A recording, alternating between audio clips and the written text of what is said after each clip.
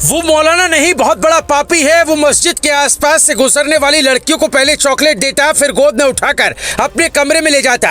मोहल्ले की 3 लड़कियों के साथ उसने गलत किया, पर मुझे नहीं पता था मेरी बेटी के साथ भी वो ऐसा करेगा। शुक्रवार की शाम करीब 7:30 बजे वो बाहर खेल रही थी, तभी मौलाना मुख्तार बाहर आया, उसे गोद में उठाकर कमरे में ले गया और खुद उसके सामने कपड़े उतारने लगा। वो देखकर डर गई। पड़ोस के एक लड़के ने खिड़की से वीडियो बनाया, फिर पूरा मोहल्ला जुट गया। मौलाना जब रंगे हाथों पकड़ा गया तब भी गलती नहीं मानी, बल्कि उसने उल्टा लड़की पर ही मोबाइल चोरी का आरोप लगा दिया।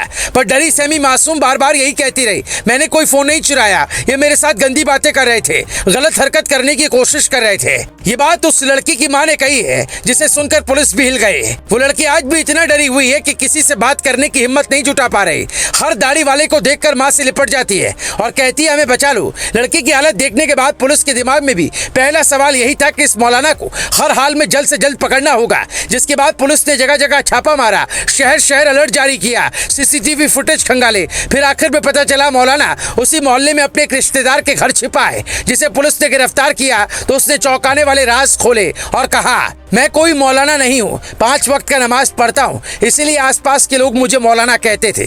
पिछली बार भी हंगामा खड़ा हुआ था, लेकिन मामला दब गया था। जब यह घटना हुई तब घर में मैं अकेला था, मेरी बेटी घर की दूसरी मंजिल पर थी। मौलाना का कबूलनामा साफ बताता है उसके दिमाग में जहर भरा हुआ था और वो हर वक्त कम उम्र की लड़कियों को निशाना बनाने की साजिश रचने में लगा रहता था। अब पुलिस उसकी कुंडली खंगालने में जुटी है। घर से लेकर मोहल्ले तक की पैमाइश की जा रही है। हो सकता है मोहित खान के केस की तरह यहाँ भी बुलडोजर चले, जिसने इसे छिपाया था। इतने बड़े गुनाह के बाद भी पुलिस की नजरों से बचाया था। उसके घर भी बाबा का बुलडोजर पहुंच सकता है। मोहित खान के केस में जैसे मोहल्ले के 11 लोगों के घरों की भी पैमाइश हुई और वहां बुलडोजर चलने की बात हो रही है, ठीक यहाँ भी 70 साल के मौलाना की गलती के चक्कर में कई घरों पर एक्शन हो सकता है। अगर पैमाइश में 1 इंच सरकारी जमीन पर कब्जा मिला तो एक्शन होना तय है, लेकिन सरकारी एक्शन से ज्यादा बड़ा सवाल सामाजिक एक्शन का है। क्या ऐसे आरोपियों का सामाजिक बहिष्कार नहीं होना चाहिए? क्या इनके गुनाहों की सजा उन लोगों को भी मिलनी चाहिए जो इनके पाप को छिपाने का काम करते हैं? आखिर 70 साल का मुख्तार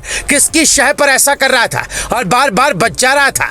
पुलिस को उन 3 लड़कियों को परिवार वालों से भी पूछताछ करनी होगी जिनके साथ इसने गलत किया, और उनके घर वालों ने लोकलाज की डर से पुलिस में जाकर शिकायत नहीं की। इस बार भी शायद कोई खुलासा नहीं हो पाता अगर मौलाना का दरवाजा तोड़कर घर के अंदर नहीं घुसते और उसे बिना शर्ट के नहीं पकड़ पाते। वो घर के पिछले दरवाजे से उस वक्त भाग जरूर गया था, लेकिन कानून के लंबे हाथों ने उसे जब पकड़ा तो न सिर्फ उसके सारे राज खुल गए, बल्कि कई बड़े खुलासे हुए, जिसमें सबसे बड़ा खुलासा ये है कि इसकी पकड़ काफी मजबूत है। रसूख के दम पर यह बचने की कोशिश करता है। इसके कई बड़े लोगों से संबंध है। Bureau report, global Bharat TV.